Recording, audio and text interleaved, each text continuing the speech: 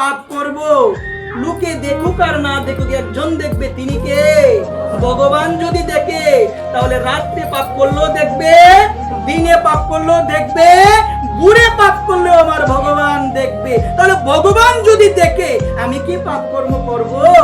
আমি তো পাপ কর্ম করব না। লোকে দেখলে দেখুক না দেখলে নাই, আমার মা না দেখলে দেখুক না দেখলে নাই, আমার বাবা দেখলে দেখুক না দেখলে নাই, কিন্তু একজন দেখবে, তিনি কে? তিনি হলো আমার ভগবান। ভগবান যদি দেখে তাহলে তো পাপ কর্ম করা যাবে না। একবার প্রেম সে বলো রাধে। ভগবানকে স্মরণ করবেন, ভগবানকে ডাকবেন, আর মনে রাখবেন ভগবান তো অন্তর্যামী। মনের কথা কেউ জানুক আর না জানুক একজন জানে, তিনি কে? তিনি হলো ভগবান। আপনার মনের কথা আমি জানি, আপনার মনের কথা আমি জানবো, আপনার মনে কি চলছে কে জানবে? ভগবান। তাহলে ভগবানের কাছে কিছু চাইতে হয়, চাইতে হয়? ভগবানের কাছে কিছু চাইতে হয় না, কারণ আমার মনে যা আছে ভগবান জানে।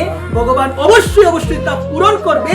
ভগবানের কাছে বলার কোনো দরকার না। একবার প্রেম সে বলো ভগবানের কাছে বলার দরকার আছে মা?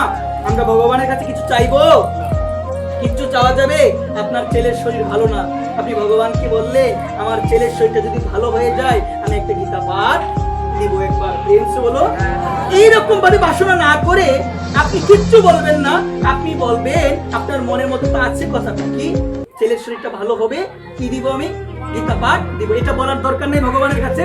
আপনি বলবেন আমি একটা গীতা পাঠ দিব। বলা যাবে? আমি কি দিব? একটা গীতা পাঠ দিব। তার মানে গীতা পাঠটা কেন দিবেন? কে জানে? জানে কে? একবার প্রেম সে বলো। বলতে হবে, বলার কোনো দরকার না। একবার প্রেম সে বলো। ওই